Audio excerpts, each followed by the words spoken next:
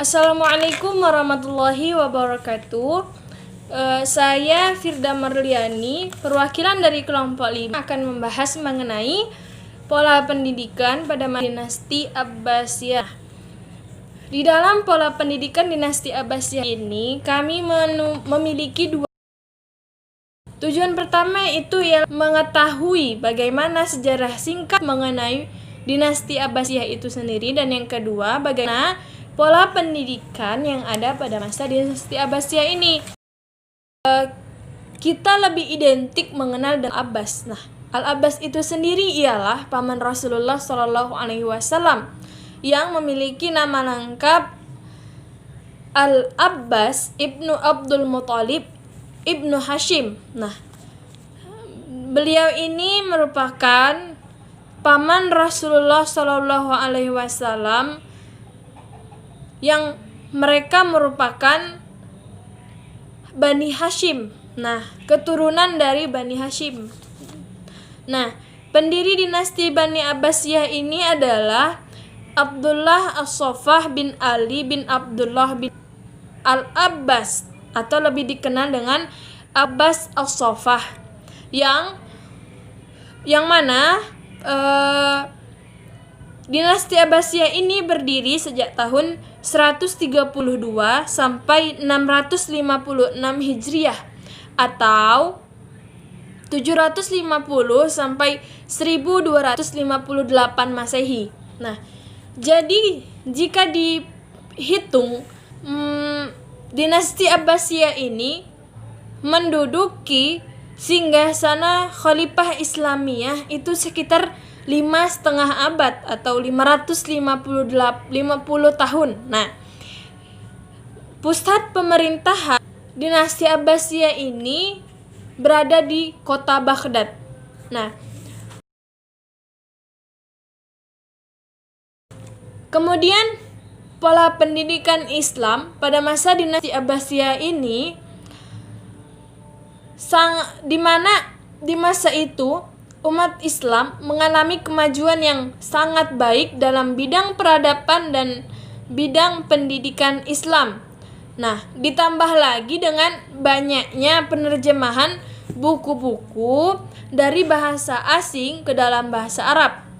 Gerakan penerjemahan ini yang kemudian melahirkan berbagai inovasi baru di berbagai disiplin ilmu pengetahuan. Nah, karena itulah tak heran jika dinasti Abbasiyah ini berpusat di kota Baghdad, karena Baghdad ini menjadi pusat kajian keilmuan pada saat itu. Nah, kemudian di dalam pola pendidikan dinasti Abbasiyah ini juga memiliki kurikulum, terus ada lembaga pendidikan, ada juga metode pendidikan dan materi pendidikan. Nah, kurikulum yang dipakai dalam pola pendidikan Islam pada masa Bani Abbasiyah ini ada dua. Yang pertama ada kurikulum pendidikan tingkat dasar, dan yang kemudian ada kurikulum pendidikan tingkat tinggi. Nah, dalam kurikulum pendidikan tingkat dasar ini, dia lebih mengutamakan bagaimana cara membaca, menulis, dan juga mengenai cara membaca Al-Quran. Nah, untuk kurikulum yang tingkat kedua atau pendidikan tinggi, kurikulum pendidikan tinggi lebih mengutamakan pengetahuan agama. Nah, karena ilmu paling erat berkaitan agama itu yang pertama ada bahasa, sejarah, tafsir, dan juga hadis. Nah, jadi memang dalam kurikulum pendidikan Islam ini pada pola pendidikan Islam pada masa Bani Abbasiyah ini sangat mengutamakan bagaimana pendidikan Islam itu berjalan dengan baik. Nah, kemudian kita membahas mengenai lembaga pendidikan Islam yang ada di masa Bani Abbasiyah. Yang pertama itu ada pendidikan dasar atau kutab atau maktab. Nah, pendidikan dasar di sini diutamakan untuk mengajarkan cara membaca dan menulis dan tata cara membaca Al-Quran dengan baik. Nah, yang kedua ada masjid. Masjid di sini selain digunakan sebagai tempat ibadah, juga digunakan tempat untuk belajar. Nah, di dalam masjid ini sistem pembelajarannya membentuk kelompok-kelompok. Setiap kelompok itu memiliki atau mempelajari materi yang berbeda. Kemudian ada Khizanah Al-Hikmah atau Baitul Hikmah. Nah, Khizanah Al-Hikmah ini didirikan oleh Khalifah Harun Ar-Rasyid. Nah, yang mana beliau ini sangat memperhatikan bagaimana pendidikan Islam itu. Sangat cinta akan pendidikan. Nah, jadi Khizanah Al-Hikmah ini berfungsi sebagai perpustakaan dan lembaga-lembaga pendidikan yang banyak melakukan penelitian. Nah, kemudian Khizanah Al-Hikmah ini berubah nama menjadi Baitul Hikmah. Nah, Baitul Hikmah ini kemudian menambah fungsinya, selain sebagai perpustakaan juga berfungsi sebagai tempat penyimpanan buku-buku kuno yang berasal dari Persia, Bizantium dan India. Nah, kemudian pada masa Al-Ma'mun, Al-Ma'mun ini adalah anak dari Khalifah Harun Ar-Rasyid. Nah, Al-Ma'mun inilah kemudian mengubah Baitul Hikmah ini sebagai pusat penerjemahan yang berfungsi sebagai perguruan tinggi dengan perpustakaan yang sangat besar. Nah, kemudian ada yang namanya Universitas Nizamiyah. Universitas Nizamiyah ini didirikan oleh Nizam Al-Mulk di dekat sungai Dijlah di tengah-tengah pasar Salahah di Baghdad. Nah, Universitas Nizamiyah ini mulai dibangun pada tahun 457 Hijriah atau 1065 Masehi. Nah, dan selesai pada tahun 459 Hijriah atau 1068 Masehi. Nah, universitas ini didirikan untuk menyaingi Universitas Cordova dan Al-Azhar yang ada di Mesir. Nah, Universitas Nizamiyah ini berperan untuk memperkuat pemerintahan dinasti Saljuk dan menyiarkan mazhab Ahlus Sunnah. Nah, Kemudian ada pendidikan rendah di istana. Nah, pendidikan rendah di istana ini untuk anak-anak para pejabat kerajaan, didasarkan atas pemikiran bahwa pendidikan itu harus menyiapkan peserta didik agar mampu melaksanakan tugas-tugas kelasnya setelah dewasa. Nah, kemudian oleh karena itu pada masa